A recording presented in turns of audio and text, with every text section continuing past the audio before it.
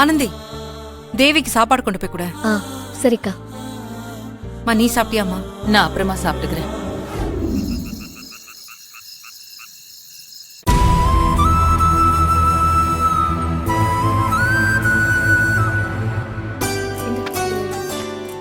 சரி சரி, நான் அப்புறமா கூப்பிடுறேன். பாய். வா கையில. நாளையில இருந்து எல்லாருக்கும் பத்திரிக்கை வைக்க ஆரம்பிக்கணும்ல, அதான் எல்லா பத்திரிக்கையிலும் பேர் எழுதி வச்சு ரெடி பண்ணி வைக்கலான்னு. அம்மா அத வச்சுட்டு வாமா, முதல்ல வந்து உட்காருங்க. மாமா, முதல்ல பத்திரிக்கையில யார் பேர் எழுதட்டும்? ஏய், பெரியப்பா பேர் எழுது. அவர் தானே நம்ம குடும்பத்துல மூத்தவரு. டேய் அன்பு, வெளியூர்ல இருக்கிற சொந்தக்காரங்களுக்கெல்லாம் நம்ம 2 பேரும் போய் பத்திரிக்கை வச்சுட்டு வந்துடலாம். வண்டியில போனோம்னா சீக்கிரமா போயிட்டு சீக்கிரம் வந்துடலாம். சரிண்ணே, நீ என்னைக்குன்னு கரெக்டா பிளான் பண்ணி சொல்லு. அன்னைக்கு நான் ஃப்ரீ பண்ணிக்கிறேன். தேவைப்பட்ட லீவ் கூட போடலாண்ணே. ஏய், இப்பவே லீவ் போட்டுட்டா கல்யாண சமயத்துல எப்படி லீவ் கொடுப்பாங்க? அதெல்லாம் பிரச்சனை இல்லக்கா, நான் ஆல்ரெடி இன்ஸ்பெக்டர் கிட்ட இன்ஃபார்ம் பண்ணிட்டேனே. அம்மா, நாளைக்கு பத்திரிக்கைய பெரியப்பா பெரியமாவுக்கு வச்சுட்டு அப்படியே உள்ளூர்ல இருக்கிற சொந்தக்காரங்களுக்கெல்லாம் பத்திரிக்கை வச்சிடலாம். சரிடா, பெரியப்பாவுக்கு பத்திரிக்கை வைக்கும் போது முறைப்படி வைக்கணும். மாமாவுக்கு வேஷ்டி சட்டை, வடிவக்காவுக்கு புடவை, ஸ்வீட்டு, வெத்தலை பாக்கெல்லாம் வச்சு வர சொல்லணும். சரிமா சரிமா, அதெல்லாம் பண்ணாம எப்படி? அவரால் தானே இப்படி ஒரு சம்பந்தமே நமக்கு கிடைச்சிருக்கு. பெரியப்பாவுக்கான மரியாதையில ஒரு சின்ன குறை கூட வராது. அப்புறம் அன்பு, உன் ஸ்டேஷன்ல போலீஸ்காரங்களுக்கு வேண்டிய பத்திரிக்கை, உன் ஃப்ரெண்ட்ஸுக்கு எவ்வளவு பத்திரிக்கை வேணும்னு கரெக்டா எடுத்துக்கோ. டியூட்டிக்கு போகும்போது அப்படியே பத்திரிக்கை வச்சிரு. ஓகேண்ணே, அப்போ முதல்ல இன்ஸ்பெக்டருக்கு வச்சிருவோம்.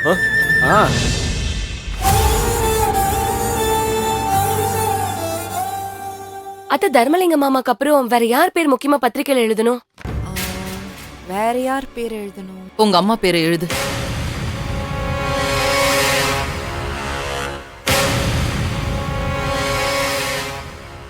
அத்த என்னம்மா சொல்ற? ஆமாண்டா, வேதவள்ளி சம்பந்தி வீட்லயும் பத்திரிக்கை வைக்கணும். மாமா வீட்ல பத்திரிக்கை வச்சதும் குடும்பத்துக்கு பெரியவரை அவரையும் கூட்டிட்டு போய் வேதவள்ளி சம்பந்தி வீட்லயும் பத்திரிக்கை வச்சு முறைப்படி அழைக்கணும். மா, என்னம்மா பேசிட்டு இருக்க? இவ்ளோ நடந்ததுக்கு அப்புறமா எப்படிமா அவங்களுக்கு பத்திரிக்கை வைக்கணும்னு சொல்லிட்டு இருக்க?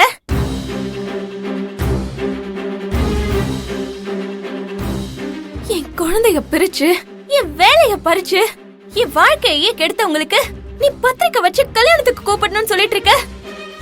தேவி, நான் சொல்றது கொஞ்சம் பொறுமையா கேளு. மா, நீ எதுவும் சொல்ல வேண்டாமா? நான் சொல்றதுதான் நீ கேட்கணும். அவங்களுக்கெல்லாம் ஒண்ணு பத்திரிக்கை வைக்கணும்னு அவசியம் இல்ல.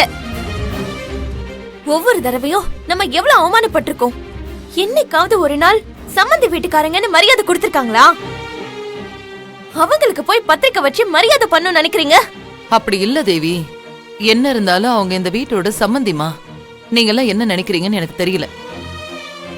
ஆனா என்னைக்காவது ஒரு நாள் இந்த பிரச்சனையெல்லாம் சரியாயிடும்னு தான் நான் நம்பிட்டு இருக்கேன். அப்போ உன் நம்பிக்கை நிச்சயமா நிறைவேறுமா? யார நம்புறேன்னு யோசிச்சுதான் பேசிட்டு இருக்கியா?